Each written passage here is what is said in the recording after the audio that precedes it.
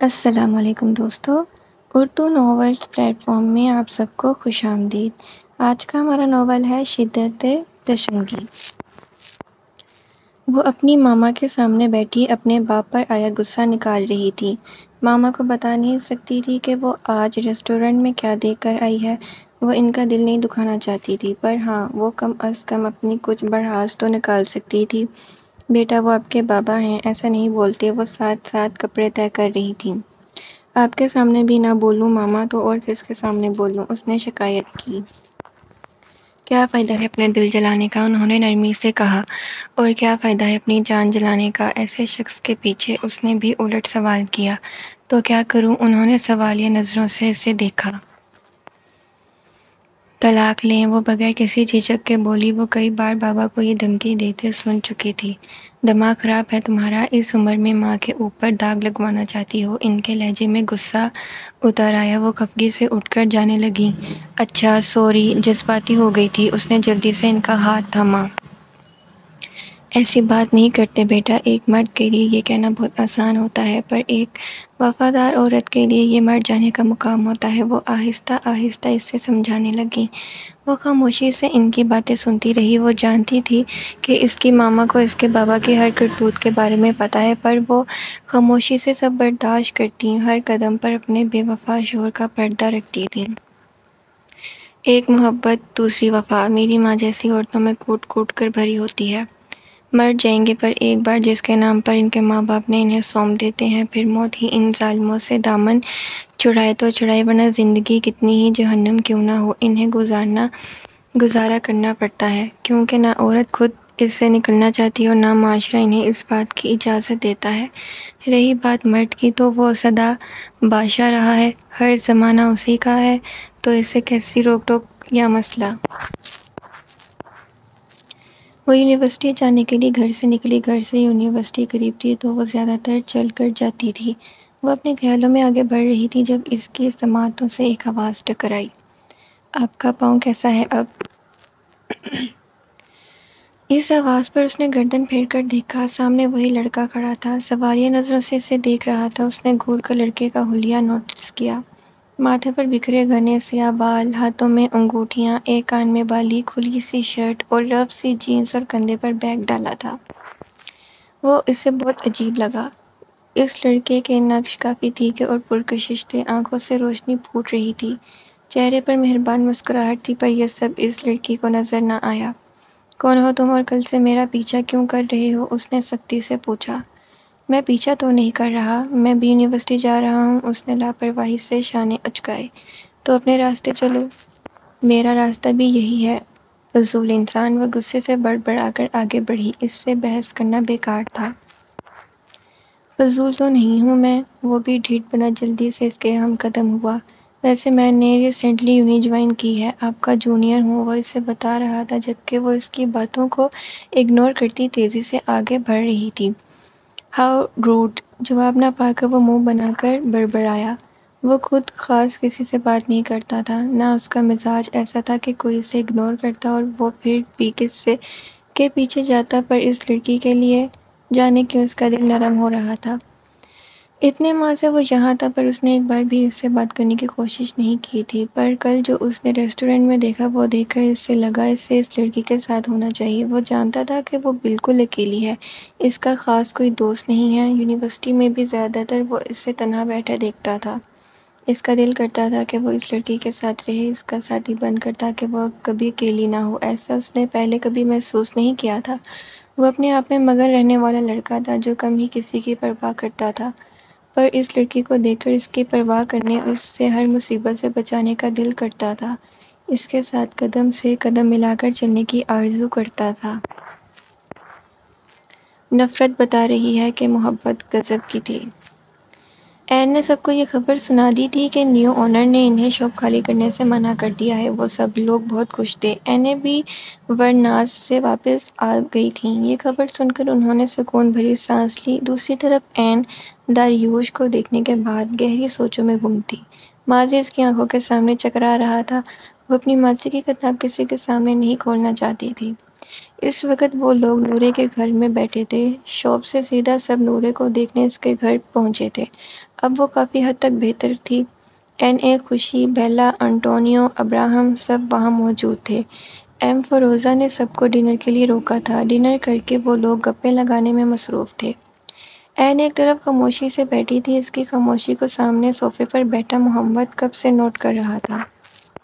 N, کیا ہوا ہے آپ کو؟ وہ صوفے پر آگے ہو کر بیٹھا۔ ہاں؟ وہ چونکی۔ کچھ نہیں، نفی میں سر ہلایا۔ پھر اتنی خاموش کیوں ہیں؟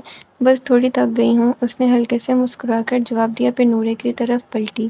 محمد کچھ پل اس کے چہرے کو دیکھتا رہا، پھر ساتھ بیٹھے ابراہم نے کوئی بات کی تو اس کی طرف متوجہ ہو گیا۔ بیلا اور خوشی کافی بنانے کے لیے اٹھی، جبکہ این اجازت لی تھی گھر جانے کے لیے اٹھ کھڑی ہوئی۔ وہ سفر کر کے تھک گئی تھیں۔ این ان کے ساتھ ہی جانا چاہتی تھی، پر نورے نے اسے کافی کے لیے روک لیا۔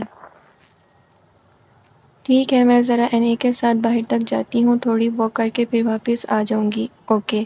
اس کی بات پر نورے نے سر ہلایا۔ وہ این کے ساتھ ہی گھر سے نکلی۔ تم کافی پی کر آ جانا، میں ریسٹ کروں گی اب۔ Good night. این گھر میں داخل ہو گئی۔ وہ چلتی ہوئی آگے بڑھنے لگی۔ آج اس کا دل بالکل خاموش تھا۔ وہ شخص آج اس کے سامنے آیا تھا، وہ اس کے بارے میں کسی کو نہیں بتا سکتی تھی۔ این کے علاوہ وہاں کوئی اس کے گزرے کل سے واقف نہ تھا۔ داریوش کے بارے میں تو وہ بھی لا علم تھیں۔ وہ انہیں اس کے بارے میں کچھ بتانا نہیں چاہتی تھی۔ وہ سوچوں میں گم آگے بڑھتی گئی۔ ان کا نیبرہڈ کافی اچھا تھا، خوبصورت اور پرسکون۔ وہاں کے گھر اور گلیاں پھولوں سے سجی تھیں۔ آس پاس کچھ شاپس اور کیفے تھے جہاں کام سے فارغ ہو کر فیملی اور فرینڈز انجوائے کرنے آتے تھے۔ اور سرد روشنیوں تلے آہستہ آہستہ قدم آگے بڑھا رہی تھی۔ دماغ میں سوچوں کا ایک جہان آباد تھا، جانے آگے کیا ہونے والا تھا۔ کوئی ایک بات تو نہ تھی جو اسے تنگ کر رہی تھی۔ جب سب کچھ پیچھے چھوٹ گیا تھا تو اچانک کیوں اس کا ماضی اس کے سامنے آن کھڑا ہوا ہے۔ وہ بہت مشکل سے خود کو سنبھال کر یہاں تک آئی تھی۔ سوچوں میں گم جانے کتنا ہی وقت گزر گیا، وہ آگے ہی بڑھتی جا رہی تھی۔ این، بھاگتے قدموں کے ساتھ اس کا نام پکارا گیا۔ اس پکار پر وہ سوچوں کی دنیا سے نکلتی ایک دم رکی۔ آپ اتنا آگے آ گئیں؟ محمد اس کے قریب رکا۔ چلیں، آپ کو نورے بلا رہی ہے، اس نے پھولی سانسوں پر قابو پاتے کہا۔ او، مجھے احساس ہی نہیں ہوا۔ وہ چونک کر ارد گرد دیکھنے لگی۔ آپ کو زحمت ہوئی؟ لہجے میں شرمندگی تھی۔ کوئی زحمت کی بات نہیں، چلیں۔ محمد نے مسکرا کر چلنے کا اشارہ کیا۔ وہ سر ہلا کر اس کے ساتھ واپسی کے لیے پلٹی اور وہ جو کار میں بیٹھا تھا، اس کے ساتھ ساتھ سفر کر رہا تھا، اس منظر کو دیکھ کر تھم گیا۔ ایبک ڈرائیونگ سیٹ پر تھا جبکہ وہ پیچھے بیٹھا تھا۔ تیسری بار اس نے اس لڑکی کو اس شخص کے ساتھ دیکھا تھا۔ دل کا عالم بیان کرنے سے باہر تھا۔ دیکھا تم نے ایبک، کسی کا سالوں کا سفر بھی بے معنی ہوتا ہے اور کوئی لمحوں میں سب کچھ جیت جاتا ہے۔ اس کی آواز بالکل آہستہ تھی۔ اس کے گمسم انداز پر ایبک نے اسے بیک ویو مرر سے دیکھا۔ اسے آج داریوش کا نیا انداز دیکھنے کو ملا تھا۔ ان گزرے سالوں میں ایبک نے غصے والا سیلفش داریوش دیکھا تھا، جسے دوسروں سے تو کیا اپنے آپ سے بھی محبت نہ تھی۔ یو لو ہر سو مچ، ایبک نے اچانک کہا۔ نو، اس نے سر سیٹ کی پشت سے ٹیکا۔ آئی جسٹ ہیٹ ہر، اس کی مدھم بھاری آواز گاڑی میں گونجی۔ سیاہ آنکھوں میں جیسے کچھ پگھلنے لگا۔ اس کا دل درد سے پھڑپڑا رہا تھا۔ اس لڑکی کو اس نے بے حد چاہا تھا، ہر چیز سے بڑھ کر، اپنی ذات سے بڑھ کر، پر وہ اس کے دل کا خون کر کے آگے بڑھ گئی تھی۔ کئی لمحے وہ لوگ ایسے ہی بیٹھے رہے۔ ایبک نے گھڑی دیکھی، رات کے 11 بج رہے تھے۔ اس نے ایک نظر داریوش کو دیکھا۔ اس نے کبھی اسے اس حال میں نہیں دیکھا تھا۔ وہ تو سخت دل داریوش کو جانتا تھا، جو کسی کے آگے نہیں جھکتا تھا، جو پتھر کی طرح سخت تھا، پر اس وقت اس حال میں دیکھ کر ایبک کے دل میں کچھ ٹوٹا تھا۔ اس نے کچھ کہنے کے لیے لب واگئے ہی تھے کہ داریوش ایک دم سیدھا ہو بیٹھا۔ گہری آنکھوں میں سختی اتری اور چہرے کے تاثرات بدلے۔ سیٹ سے موبائل اٹھا کر اس نے نمبر ڈائل کر کے موبائل کان سے لگایا، دوسرے ہاتھ سے کار کا دروازہ کھول کر باہر نکلا۔ ایبک باہر نکلنا چاہتا تھا، پر داریوش نے دروازے پر ہاتھ رکھ کر اسے روک دیا۔ فون کان سے لگائے وہ کار سے الٹی سمت چلنے لگا۔ ایبک نے سائیڈ مرر سے اسے جاتے دیکھ کر لمبی سانس کھینچی۔ سب کافی کے بعد اپنے گھروں کو روانہ ہو چکے تھے۔ دروازے تک آئی نورے کو اللہ حافظ کہہ کر وہ آگے بڑھ کر گھر کا دروازہ کھولنے لگی۔ گھر کی ایک چابی اینے کے پاس اور دوسری اس کے پاس تھی۔ وہ اندر آئی تو لاؤنج میں جلتے ایک زرد بلب کے علاوہ ہر طرف اندھیرا تھا۔ اس نے اپنے کمرے میں جاتے ہوئے ایک نظر اینے کے کمرے پر ڈالی۔ دروازہ بند تھا، وہ سو چکی تھیں۔ وہ اپنے کمرے میں آ کر سیدھی بیڈ کی طرف بڑھی، جوتے اتار کر تھکے انداز میں بیڈ پر لیٹ گئی، نظریں اندھیرے کو تکنے لگیں۔ تنہائی میسر ہوئی تو بہت سے دردناک مناظر نظروں کے سامنے سے گزرنے لگے۔ آنکھوں میں تیزی سے نمی پھیلتی چلی گئی، اسے احساس بھی نہ ہوا اور آنکھوں سے نکلتے آنسو کن پٹی سے ہوتے سیاہ بالوں میں جذب ہونے لگے۔ ٹپ ٹپ ایک کے بعد ایک خاموش آنسو موتیوں کی صورت گرتا چلا گیا۔ اس وحشت بھری خاموشی کو موبائل کی رنگ ٹیون نے توڑا۔ آنسو پہنچ کر اس نے سائیڈ ٹیبل سے موبائل اٹھا کر دیکھا، کوئی ان نون نمبر تھا۔ اس نے کال پک نہیں کی اور موبائل میوٹ کر کے ایک طرف رکھ دیا۔ موبائل کی اسکرین بار بار چمک رہی تھی پر وہ بغیر پرواہ کیے یوں ہی پڑی رہی۔ ہوش تو تب اڑے جب گھر کی بیل بجنے لگی۔ وہ ایک دم ہڑبڑا کر بیڈ سے نیچے اتری۔ ان کے گھر نورے کے علاوہ تو کوئی خاص نہیں آتا تھا اور نورے بھی اتنی رات کو کبھی نہیں آئی۔ دل دھڑکا کہ نورے کے گھر کوئی مسئلہ نہ ہو۔ وہ جلدی سے دروازے کی طرف بڑھی تاکہ اینے کی نیند ڈسٹرب نہ ہو۔ ہڑبڑاہٹ میں اس نے بنا پوچھے ہی دروازہ کھول دیا، پھر سامنے جسے دیکھا اسے دیکھ کر وہ چکرا گئی۔ سامنے جینز اور فل سلیوز وائٹ شرٹ میں شان سے سر اٹھائے وہ کھڑا تھا، بڑے سکون سے بازو فولڈ کیے اسے دیکھ رہا تھا۔ اندر اندھیرا ہونے کی وجہ سے اسے این کا چہرہ ٹھیک سے دکھائی نہیں دے رہا تھا۔ تم یہاں کیوں؟ وہ بخلائی سی سرگوشی میں بولی۔ اس کے پورے وجود میں بے چینی پھیلی تھی کہ اسے کوئی دیکھ نہ لے۔ میں یہاں تم سے ملنے، وہ بھی اسی کے انداز میں بولا۔ مجھے تم سے نہیں ملنا، جاؤ یہاں سے، اس نے دان پیسے۔ پر مجھے تم سے ملنا ہے، اس کا لہجہ ضدی تھا۔ ابھی کون سا وقت ہے ملنے کا، جاؤ پلیز، اس نے منت کرتے دروازہ بند کرنا چاہا تو اس نے دروازے پر ہاتھ رکھ کر اسے ایسا کرنے سے باز رکھا۔ تم دروازہ بند کرو گی تو میں بیل کرتا رہوں گا، دھمکی دی گئی۔ اس وقت کیا چاہیے تمہیں؟ وہ جھنجھلائی۔ وہ سنجیدہ ہوا۔ جہنم میں جاؤ، اس کا بلڈ پریشر بڑھ رہا تھا۔ تمہیں ساتھ لے کر جاؤں گا، مزے سے کہتا وہ آگے بڑھا۔ ایک منٹ، ہاتھ اٹھا کر اسے آگے بڑھنے سے روکا۔ دیکھو، تنگ مت کرو اور جاؤ۔ اس نے صبر کا دامن تھاما کیونکہ سامنے والا تو اس موڈ میں نہیں تھا۔ تمہیں لگتا ہے کہ میں اتنی آسانی سے چلا جاؤں گا؟ اس نے تھوڑا قریب ہوتے ہوئے کہا تو وہ پیچھے ہٹی، مگر وہ جانتی تھی کہ داریوش کی ضد ایک ایسی دیوار تھی جسے وہ کبھی عبور نہیں کر سکتی تھی۔ تم تنگ کرنے کی بات کرتی ہو، وہ دھیمے سے کہہ کر کچھ پل رکا۔ تم نے مجھے جو اتنا تنگ کیا ہے اس کا کیا؟ سیاہ آنکھیں اس کے بیزار چہرے پر ٹکے سوال کر رہی تھیں۔ تم مجھ سے کچھ دیر بات کرو گی تو پھر میں یہاں سے چلا جاؤں گا، ورنہ نہیں۔ اسے خاموش دیکھ کر وہ اب ضدی لہجے میں بولا۔ تم ایک ضدی لڑکے ہو، وہ ضد چھوئی، اور تم ایک ظالم لڑکی ہو۔ اسی کے انداز میں بول کر وہ اس کی ارد گرد دیکھتی بے چین نظروں کو نوٹ کر رہا تھا۔ ڈر ہے کہ کوئی دیکھ نہ لے، لہجے میں طنز اترا۔ جو بات کرنی ہے کرو اور جاؤ۔ اس کی پیشانی پر شکنیں پڑیں۔ ایسے تھوڑی، اندر آنے دو پہلے، باہر چل کر بات کریں، این نے منانے والے انداز میں کہا۔ نہیں، اندر بیٹھ کر بات کریں گے، وہ بھی بضد تھا۔ اس کا خود سر انداز دیکھ کر این نے دانت پیس کر کچھ پل سوچا، پھر سامنے سے ہٹ کر اس سے راستہ دیا۔ وہ جانتی تھی جس وقت تک اس ضدی شخص کی بات پوری نہیں ہوگی تب تک وہ اس کے سر سے نہیں اترے گا۔ سب کو یہاں اکٹھا کرنے سے بہتر تھا کہ وہ دو پل اس سے بات کر لیتی۔ جھنجھلاہٹ تو اسے بہت ہو رہی تھی پر دوسرا کوئی آپشن نہ تھا۔ لاؤنج میں صوفے پر بیٹھا وہ ارد گرد دیکھ رہا تھا، دو کمرے، کچن اور چھوٹا سا لاؤنج جسے مختلف پودوں اور پھولوں سے سجایا گیا تھا۔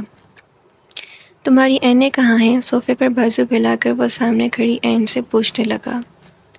آہستہ بولو، وہ چبا کر کہتی قریب آئی۔ ارے غصہ کیوں ہو رہی ہو؟ انہیں بھی تو بتاؤ کون آیا ہے۔ اس کے لہجے میں اطمینان تھا۔ این کا رنگ اڑا، وہ بنا کچھ کہے اس کے دائیں طرف رکھے صوفے پر بیٹھی، پھر کچھ دیر بعد خود کو سنبھال کر بولی۔ دیکھو مجھے پتا ہے تم ناراض ہو، پر ہم… اس کی بات ابھی منہ میں ہی تھی جب داریوش ایک دم آگے ہوا اور جھٹکے سے اس کا ہاتھ اپنی گرفت میں لیا۔ میں ابھی اس ٹاپک پر تم سے کوئی بات نہیں سننا چاہتا، وہ اس کی گلابی آنکھوں میں دیکھتا آہستہ آواز میں گھرایا۔ یہ بات تب ہوگی جب میں کرنا چاہوں گا، ابھی نہیں، سمجھی تم؟ چبا چبا کر لفظ ادا کیے۔ این کو چپ لگ گئی۔ اس نے داریوش کو دیکھا۔ وہ تو کوئی اور ہی شخص تھا۔ جس داریوش کو وہ جانتی تھی وہ ایسا تو نہ تھا۔ اس داریوش کو یہاں تک لانے والی تم ہی ہو، اس کی آنکھیں پھڑ کر تلخی سے بولا۔ میں اگر ذمہ دار ہوں تو اتنے بے قصور تم بھی نہیں ہو۔ اس نے چپتی نظروں سے اسے دیکھا۔ رونے کی وجہ سے اس کی آنکھیں گلابی ہو رہی تھیں۔ اس مغرور لڑکی کی سیاہ آنکھیں کچھ پل کے لیے ان گلابی ہوتی آنکھوں کو تکنے لگیں۔ یہ حسین آنکھیں اس کی کمزوری رہی تھیں، انہی کے پیچھے ہی تو وہ کہاں سے کہاں آ گیا تھا۔ کچھ پل بعد اس نے نظریں پھیری، اپنے ہاتھ میں قید اس کے نازک ہاتھ کو دیکھا۔ سختی سے تھامنے پر اس کا ہاتھ لال ہو رہا تھا۔ یہ وہ اسے اس مقام تک لے آئی تھی۔ آہستہ سے اس کا ہاتھ چھوڑا، پھر بنا کچھ کہے ایک نظر اس کے جھکے سر پر ڈال کر باہر کی طرف بڑھ گیا۔ این نے خاموش دل اور خاموش نظروں سے سر اٹھا کر اس کی پشت کو دیکھا۔ جب وہ نظروں سے اوجھل ہوا تو اس نے اٹھ کر دروازہ بند کیا اور ٹوٹے جسم کے ساتھ کمرے میں آ کر لیٹ گئی۔ ایک اور رات عذاب میں گزرنے والی تھی۔ وہ کلاس لے کر نکلا جب کوئی ایک دم سے اس کے ساتھ چلنے لگا۔ اس نے نظریں پھیر کر دیکھا، سامنے اس کی کلاس فیلو تھی۔ ہائے، وہ دوستانہ انداز میں بولی، پر وہ رکا نہیں، آگے بڑھتا گیا۔ کینٹین چلیں۔ وہ ایک دم مسکرا کر اس کے سامنے آئی تو اسے رکنا پڑا۔ وہ کتنے دنوں سے اس کا یہ انداز نوٹ کر رہا تھا، پر اسے دوستیاں کرنے میں کوئی دلچسپی نہیں تھی۔ مجھے لائبریری جانا ہے، وہ لاپرواہی سے کہتا دوسری طرف سے ہو کر آگے بڑھا۔ تو چلو دونوں ساتھ چلتے ہیں۔ اس نے تیزی سے آگے بڑھ کر اس کا بازو تھاما۔ وہ ایک دم رک کر اسے دیکھنے لگا، جو روشن آنکھوں سے اسے دیکھ رہی تھی۔ مجھے دوستی میں کوئی انٹرسٹ نہیں ہے، میں اکیلا رہنا پسند کرتا ہوں، سنجیدگی سے کہتا اپنا بازو چھڑا کر آگے بڑھ گیا، جبکہ وہ لڑکی مایوسی سے اسے دیکھتی رہ گئی۔ وہ خاموش سا لڑکا اسے اچھا لگنے لگا تھا، پر اس کے سرد مزاج کی وجہ سے وہ اس سے بات نہیں کر پائی تھی۔ آج ہمت کر کے وہ اس سے دوستی کرنے کا ارادہ باندھ کر آئی تھی، پر یونیورسٹی کی چھٹی ہوئی تو وہ بھاگتا ہوا باہر نکلا۔ ارد گرد نظر دوڑائی، اتنے رش میں بھی اس کی نظروں نے اسے ڈھونڈ لیا۔ وہ اسے دور روڈ کی ایک طرف سے چل کر جاتی دکھائی دی۔ وہ بھاگتا ہوا اس کی طرف بڑھنے لگا، اس کے قریب پہنچ کر اس کے قدم سے قدم ملا کر چلنے لگا۔ اس کی وہی کلاس فیلو اسے دیکھ رہی تھی۔ صبح تو کہہ رہا تھا کہ دوستیاں نہیں کرتا، اور اب اس سینئر کی طرف کیسے بھاگتا ہوا جا رہا ہے؟ اس کی دوست بولی تھی، جبکہ وہ اداسی سے انہیں جاتا ہوا دیکھ رہی تھی۔ تم میرا پیچھا کرنا بند کرو گے؟ وہ آگ بگولا ہوتی مزید تیز چلنے لگی۔ میں آپ کا پیچھا تو نہیں کر رہا، میرا راستہ بھی ادھر کو جاتا ہے، اس نے معصومیت سے جواب دیا۔ تو تم سڑک کی اس طرف سے چل کر جاؤ، اس نے سنجیدگی سے دوسری طرف اشارہ کیا۔ مجھے یہ راستہ پسند ہے، وہ لاپرواہی سے بولا۔ اس کی بات پر وہ رک کر غصے سے گھورنے لگی۔ وہ ضدی سا لڑکا اس کا بلڈ پریشر بڑھا رہا تھا۔ دیکھو لڑکے، تم اپنے کام سے کام رکھو، جو تم چاہتے ہو وہ نہیں ہوگا۔